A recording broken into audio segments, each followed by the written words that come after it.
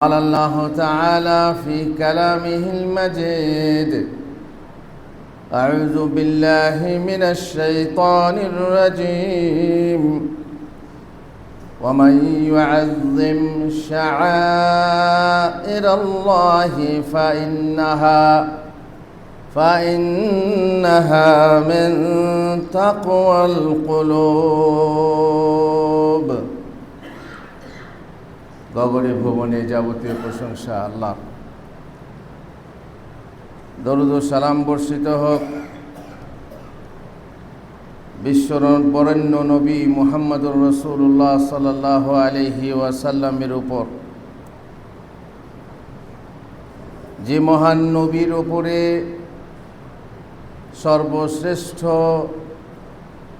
গ্রন্থ, সর্বশ্রেষ্ঠ আসমানি গ্রন্থ অবতীর্ণ হয়েছিল, যিনি তার তালিম দিতে উম্মতকে সতর্ক করে দিয়ে গেছেন এবং তাকিদ করেছেন যে তোমরা কোরআন পঠন পাঠন করো। কোরআন নিজে বলে তুমি কোরআন পড়ো। আল্লাহর নবী সাল্লাল্লাহু আলাইহি সাল্লাম বলেছেন, উমিরতু আন আকুনা মিনাল মুসলিমিন ওয়া আন আতলু আল কোরআন। আমাকে মুসলমান হতে আদেশ করা হয়েছে, আর আদেশ করা হয়েছে যেন আমি কোরআন তেলাওয়াত করি। কোরআন তেলাওয়াত বুঝে করতে হবে,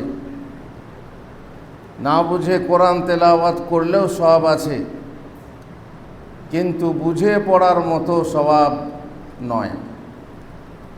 কোরআন পড়তে হবে, বুঝতে হবে, তার উপরে আমল করতে হবে, তবেই হবে সার্বিক সওয়াব এবং সব থেকে বেশি সওয়াব।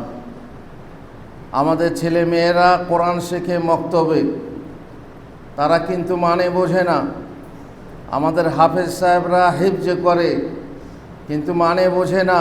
কারি সাহেবরা গলার রগ ফুলিয়ে কেরাত করে, কিন্তু মানে বোঝে না। সব থেকে না বোঝা কিতাব হলো এই কোরআন, কিন্তু কোরআন বুঝে পড়ো।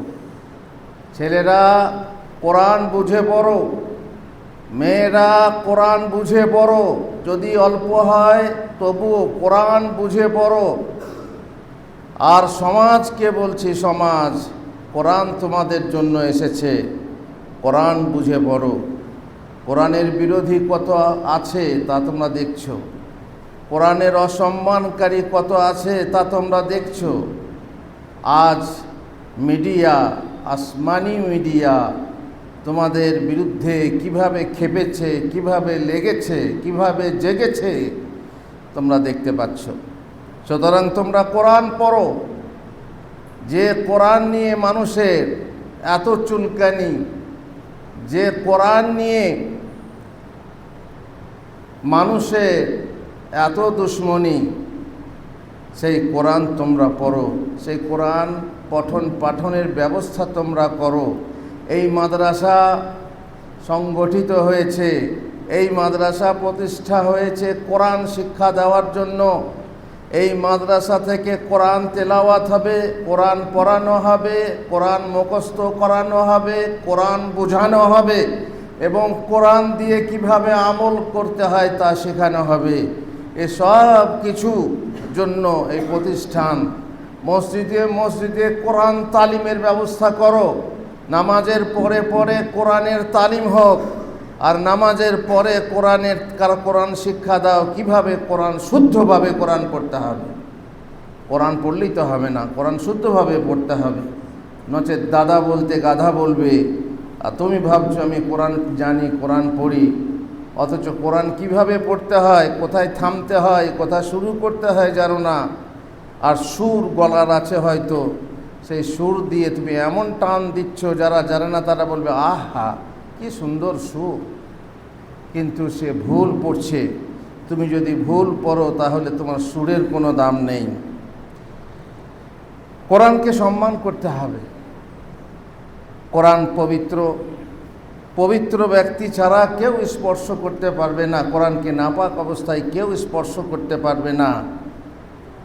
কোরআন মহিলারা তাদের পিরিয়ডে স্পর্শ করতে পারবে না, সন্তান হওয়ার পরে ঋতুস্রাবে নেফাসে তারা কোরআন স্পর্শ করতে পারবে না। অমুসলিমদের হৃদয় ঈমানহীন, অপবিত্র এবং দেহ ফরজ গোসলহীন, নাপাক, তাই তাকে আসল আরবি কোরআন দেওয়া যাবে না স্পর্শ করতে। এ কর্মেও আছে মহাগ্রন্থ আল কোরআনের প্রতি যথার্থ সম্মান। অবশ্য কোনো অমুসলিম ইসলামের প্রতি আগ্রহী হয়ে কোরআন পড়তে চাইলে তাকে কোরআনের অনুবাদ দেওয়া যেতে পারে। কোরআনের বাংলা অনুবাদ, ইংরেজি অনুবাদ যদি পড়তে চায়, যাতে কেউ জানতে চায় যে কি আছে, আর যদি সঠিক ইনসাফ দৃষ্টিতে দেখে, জানতে চায়, জানে, তাহলে সে তাতে মধু পাবে, সে তাতে আলো পাবে, সে তাতে শিক্ষা পাবে। আরবি হলে সংক্ষিপ্ত তফসির বিশিষ্ট কোরআন দেওয়া যেতে পারে। তফসির বিশিষ্ট শুধুমাত্র কোরআন যাকে বলে, শুধু আরবি, যাতে তফসির নেই, অনুবাদ নেই, এই কোরআন কাউকে দেওয়া যাবে না যারা নাপাক, যারা অপবিত্র। শত্রুদের পরিবেশে কোরআন না রাখা, যেখানে শত্রু আছে, যে শত্রু একটু আড়ালে গেলেই কোরআনের অপমান করবে। আর আমরা দেখছি কোরআন জ্বালিয়ে দেওয়া হচ্ছে, কোরআনে কিভাবে পা রাখা হচ্ছে, কোরআনে আমরা দেখছি, চোখের সামনে দেখছি, কিন্তু কিছুই করতে পারছি না। মহাগ্রন্থ আল কোরআনকে সেই জায়গায় রাখা উচিত নয়, অথবা এমন দেশ ও পরিবেশে নিয়ে যাওয়া উচিত নয় যেখানে শত্রু কর্তৃক অসম্মানিত হওয়ার আশঙ্কা আছে। আজকাল ইন্টারনেটে দেখা যায় কোরআনকে কতভাবে অসম্মান করা হচ্ছে। একজন মুসলিম নামধারী নারী সিগারেট হাতকে কোরআনের উপর রেখে ইসলামের বিরুদ্ধে লেখালেখি করছে। কোনো কাফের নর্তকী কোরআনের ওপর নাচ দেখাচ্ছে, কেউ জ্বালিয়ে দিচ্ছে, কেউ আরও অন্যভাবে অসম্মান করছে। অবশ্যই মুসলিম নামধারী কাফের মুনাফিক ও মুসলিমদের কাছে সে সকল দৃশ্য বড় আনন্দদায়ক, কিন্তু একজন মুসলিমের নিকট তা কত বড় যে বেদনাদায়ক তা বলার অপেক্ষা রাখে না। আমাদের কর্তব্য তার প্রতিবাদ করা, পারলে প্রতিকার করা, এবং শত্রুদের হাতে কোরআন যাতে অসম্মানিত না হয় তার প্রয়াসে সার্বিক চেষ্টা করা। আব্দুল্লাহ বিন ওমর রাদিয়াল্লাহু তাআলা আনহু বলেছেন, রাসূলুল্লাহ সাল্লাল্লাহু আলাইহি ওয়াসাল্লাম নিষেধ করেছেন যাতে কোরআন নিয়ে শত্রু দেশে সফর না করা হয়। এমনও হতে পারে শত্রু তোমাকে অপমানিত করবে, সেই সাথে তোমার সাথে কোরআন রাখা কোরআন কেউ অসম্মানিত করা হবে। অতএব সাবধান, এমন জায়গায় কোরআন সঙ্গে নিয়ে যাবে না যেখানে কোরআনকে অসম্মান করা হয়। হাত থেকে কোরআন যদি পড়ে যায়, অনেকে যারা কোরআন বেশি পড়ে, আমাদের তালেবে ইলমরা আছে যাদের হাত থেকে কোরআন অসাবধানতায় পড়ে যায়, যারা মক্তবে ছাত্রছাত্রী পড়ে তাদের হাত থেকে হঠাৎ কোরআন পড়ে গেল অসাবধানতায় উঁচু জায়গা হতে, অথবা হাত হতে কোরআন পড়ে গেলে করবে কি, করণীয় কি? নিশ্চয়ই কোরআনকে অবহেলা ও হেলাফেলা করা মুসলিমের জন্য বৈধ নয়, কিন্তু অনিচ্ছাকৃতভাবে যদি পড়ে যায় তাহলে কর্তব্য কি? আমার মনে পড়ে আমি যখন ইমামতি করতাম এবং ছাত্রছাত্রী পড়াতাম, তখন ছাত্রীদেরকে কোরআনের দর্শ দিচ্ছিলাম। এমন সময় এক ছাত্রীর হাত থেকে কোরআন পড়ে গেল, তা দেখে হায় হায় এ কী করলি বলে অন্য ছাত্রীদের নিকট থেকে ভর্ৎসনা আসতে লাগলো। প্রত্যেকের মনে ছিল কোরআনের প্রতি সুগভীর সম্মান। মেয়েটি ভয়ে জড়িত কণ্ঠে বলল, এখন কি হবে? সে কাঁদতে লাগলো। সঙ্গিনীরা বলল, চাল দিতে হবে। আমি বললাম, চাল দিতে হবে মানে? বলল, দাঁড়িপাল্লা এনে একদিকে কোরআন ও অন্যদিকে চাল রেখে সমান সমান ওজনের সাদকা করতে হবে চাল। আমি বললাম, এ ফতোয়া কে দিয়েছে?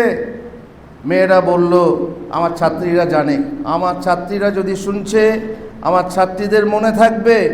তারা বলল, বড় মৌলভী সাহেব বলেছে চাল দিতে হবে। আমি বললাম, বড় মৌলভী সাহেব কোরআনকে এত ছোট মনে করেছেন যে তাকে চালের সমান ওজন করতে চেয়েছেন বলেছেন, আরে কোরআন এত ছোট জিনিস নয়। আমি ছোট মৌলভী সাহেব বলছি, কোরআনের সমান সোনা দিতে হবে। তোমার মাকে গিয়ে বলো যে কোরআনের সমান সোনা দিতে হবে, চাল দিলে হবে না। আরও কাঁদতে লেগেছে।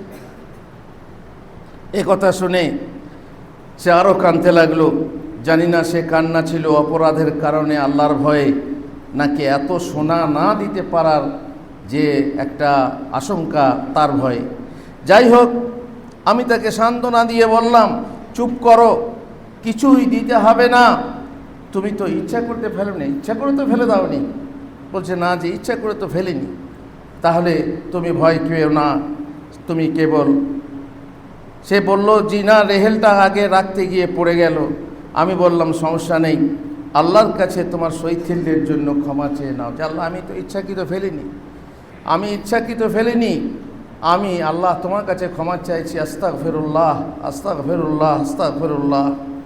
মোট কথা, যদি অনিচ্ছাকৃত হাত থেকে কোরআন পড়ে যায়, অথবা নিতে গিয়ে উপর থেকে নিচে পড়ে যায়, অথবা রাখা ছিল এমত অবস্থায় কোনো শিশু তা নিয়ে খেলা করতে শুরু করে, মা বোনদের বলছি, আপনি, আপনার ছোট বাচ্চা আছে পাশে, খেলা করছে, আপনি কোরআন তেলাওয়াত করছেন, হঠাৎ করে কোনো একটা কাজে উঠে গেলেন কোরআনকে খোলা রেখে অথবা বন্ধ রেখে, আর আপনার সেই ছেলে বা মেয়ে কোরআন খুলে খেলা করতে লাগলো, হেলা করতে লাগলো, ফেলতে লাগলো, পাতা ছিঁড়তে লাগলো, আর আপনি বেখেয়াল থাকলেন। এত বেখেয়াল হবেন না।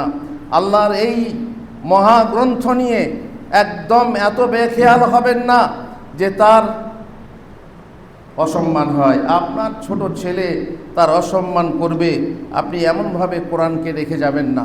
কোরআন তুলে রেখে তারপর আপনি যাবেন। আপনি হয়তো ভাবছেন এখনই চলে আসবো, কিন্তু এমনও হতে পারে যে আপনি এখনই আসতে পারবেন না, দেরি হবে। তখন আপনার ছেলে কোরআন নিয়ে খেলা করবে। এতে যদি আপনার শৈথিল্য হয়, তাহলে আপনার গুনাহ হবে, বড় গুনাহ হবে।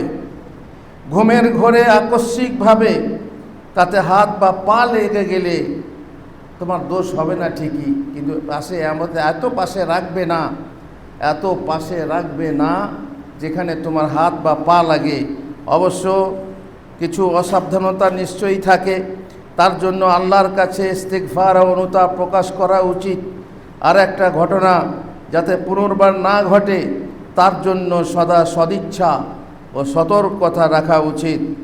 আর পরিবেশ গুণে অনেকের অভ্যেস আছে, কোনো বই হাত থেকে পড়ে গেলে তারা তাকে তুলে দিয়ে চুমা দেয় বা কপালে ঠেকায়। যেমন অমুসলিম পরিবেশে আছে, ঠকাঠক করে তাকে সালাম করলো না, তাকে প্রণাম করলো। আমাদের পরিবেশেও অনেকে আছে, চুমু খায় অথবা তাকে সালাম করে, কিন্তু এটা অমুসলিমদের। চুমা দেওয়া যাবে কি যাবে না সে নিয়ে আগে খুতবাতে হয়েছে।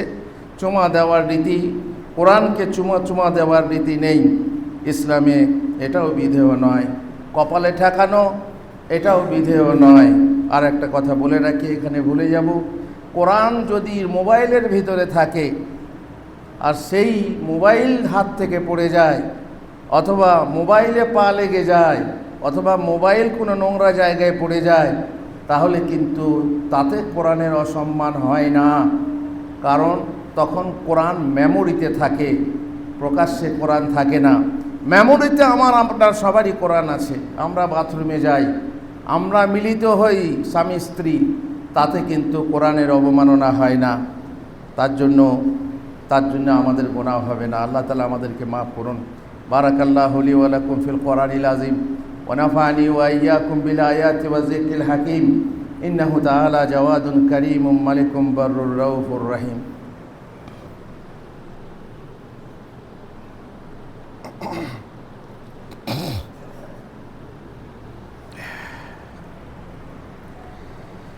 আলহামদুলিল্লাহ ওয়াসসালাতু ওয়াসসালামু আলা রাসূলিল্লাহ ওয়া আলা আলিহি ওয়া সাহবিহি আজমাইন। আরও কিছু কথা রয়েছে, যে কথাতে বা যে কাজে এমন কিছু কর্ম রয়েছে, যে কাজে বা কথাতে কোরআনের অবমাননা হয়, আর এমন কিছু আদব রয়েছে যেটা কোরআনের প্রতি প্রদর্শন করতে হয় আমাদেরকে। কোরআন পড়ার সময় মুখের লালা আঙ্গুলে লাগিয়ে পাতা উল্টাবেন না।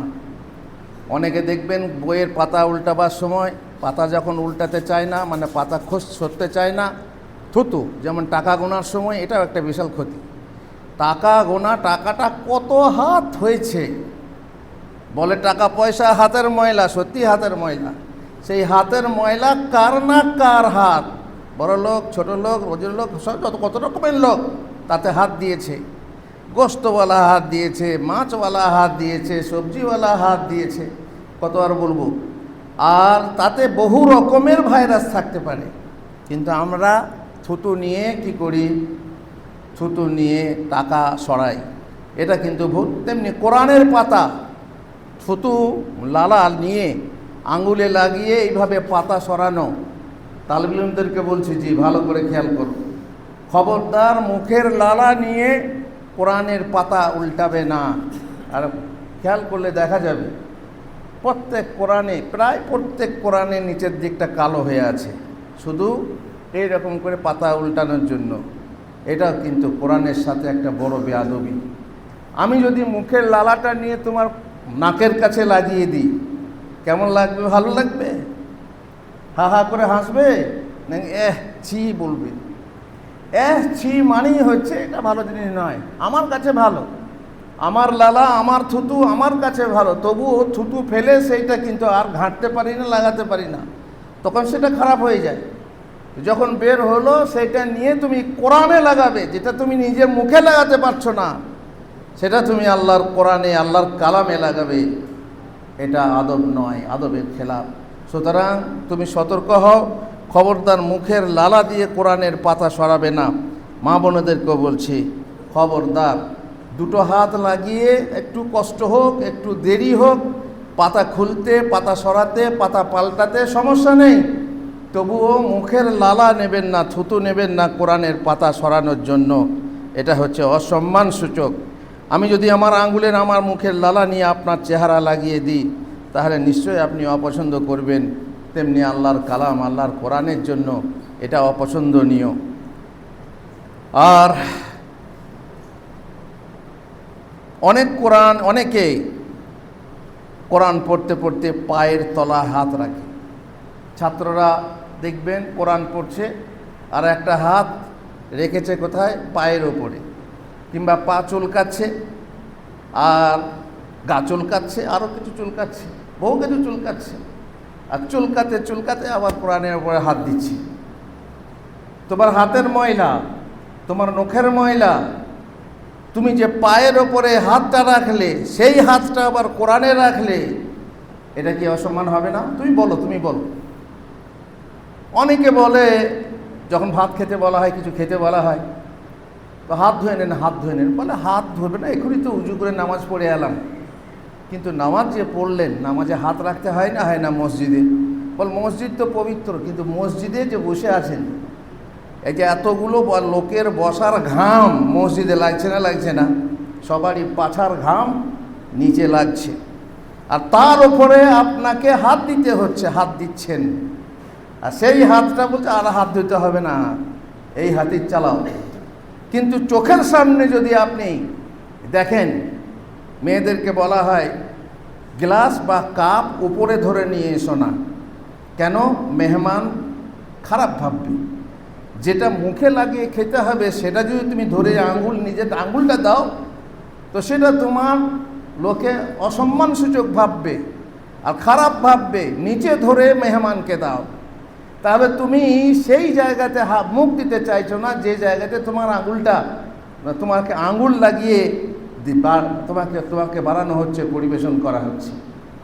তাহলে যে হাত তুমি বলো, নিজেই বলো, যদি তুমি পায়ে রেখে তোমাকে ভাত দেওয়া হয়, চট করে কি পা থেকে হাতটা তুলে ভাত মুখে নেবে, খেতে পারবে না, তোমাকে খারাপ লাগবে।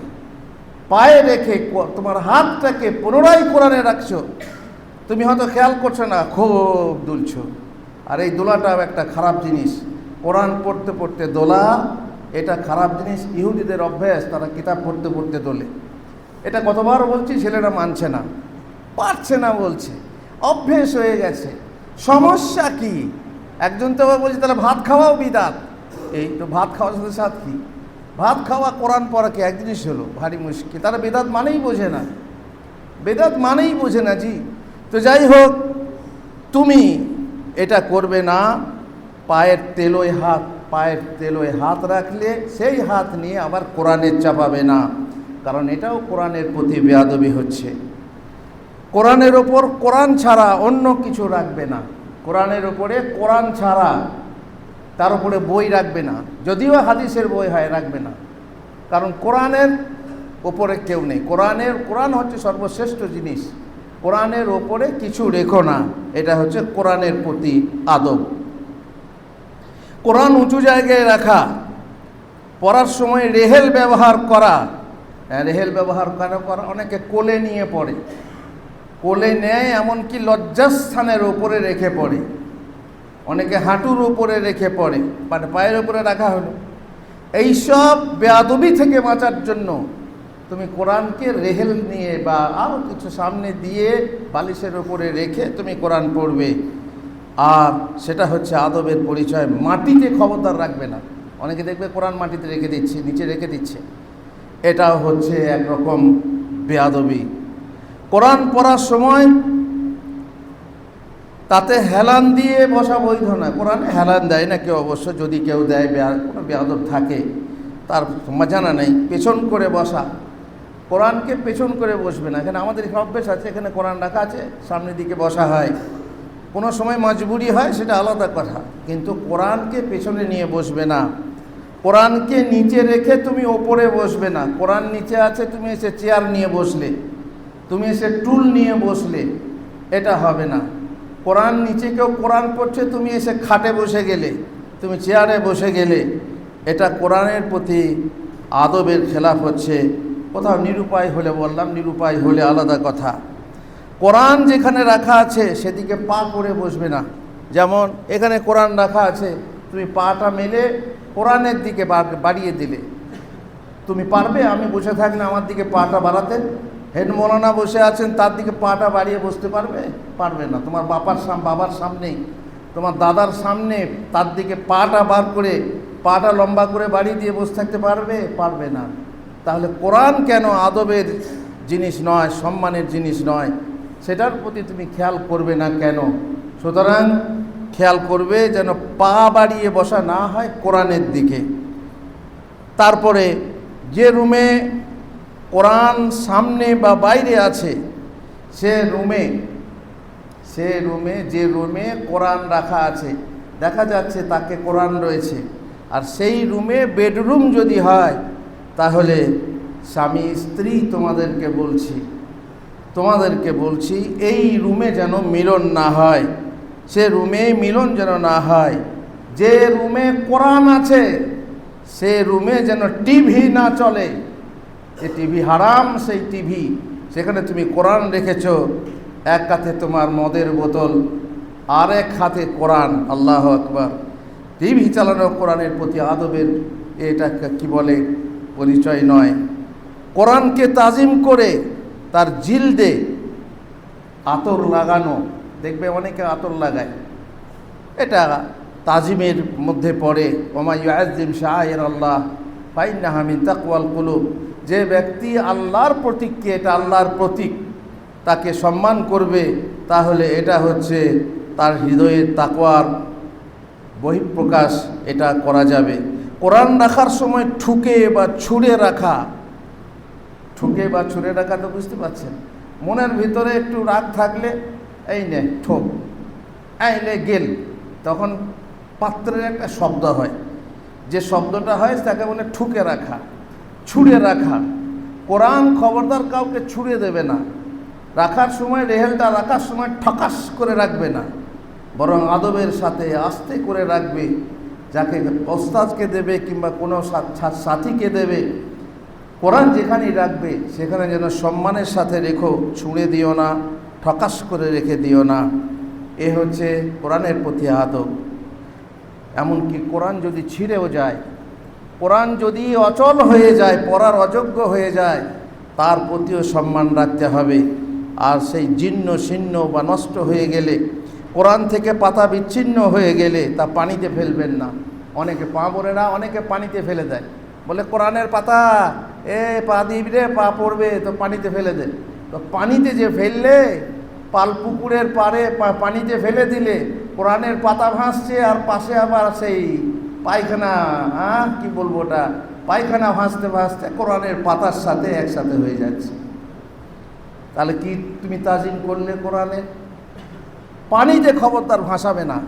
আর আগের যুগে ছিল, এখনো হয়তো আছে কোনো কোনো জায়গায়, যেখানে মেয়েরা পানিতে পেশাব পর্যন্ত করে, ঘাটে বসে পেশাব করে।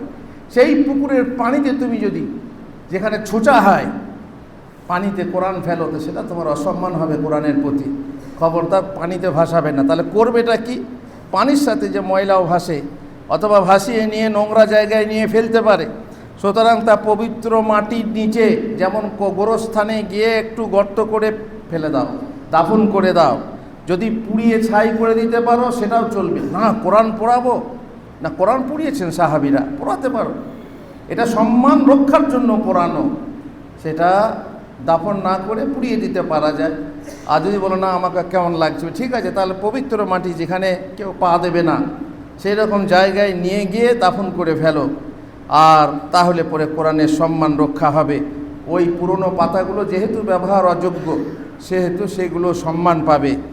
আর কোরআনের পাতা যেখানে পড়ে আছে, যখনই আপনার চোখে পড়বে কোরআনের পাতা, খবরদার চোখে দেখে ফেলে চলে যাবেন না। যেমন একজন মরছে, তাকে দেখে আপনি পালিয়ে যাবেন না। একজনকে ধর্ষণ করা হচ্ছে, বিপদে পড়েছে, তাকে দেখে পালিয়ে যাবেন না। এই ক্ষেত্রে আপনার কর্তব্য হচ্ছে তার সম্মান রক্ষা করা। কোরআনের পাতা, কোরআন নষ্ট হচ্ছে, কোরআনের পাতা পড়ে আছে, উড়ে আসছে, আপনি সেই পাতা তুলে নিয়ে তার সম্মান রক্ষা করবেন, ও পকেটে ভরে নেন, পরে সেটা ব্যবস্থা করবেন। আর না হয় কোনো জায়গাতে এমন জায়গায় তুলে দেন যেখানে কোরআনের সম্মান রক্ষা হয়, কিংবা এমন কাউকে দিয়ে দেন, তাকে বলবেন ভাই কি পাতাটা সম্মান রক্ষা করো। তবে হ্যাঁ, কোরআন মনে করে উর্দুওয়ালা, আরবিওয়ালা যে কোনো পত্রিকা, তাতে নোংরা কথা লেখা থাকলেও সেটাকে তাজিম করবেন তা না। কিন্তু জাহেল মানুষ কি করবে, সে তো আর বোঝে না কোরআন না কোরআন, তবুও তার উচিত সম্মান করা। যদি কোরআন মনে করা হয়, তাহলে কোরআন হাদিসের পাতার সম্মান করা উচিত হলো। এ হচ্ছে তার তাকওয়ার পরিচয়।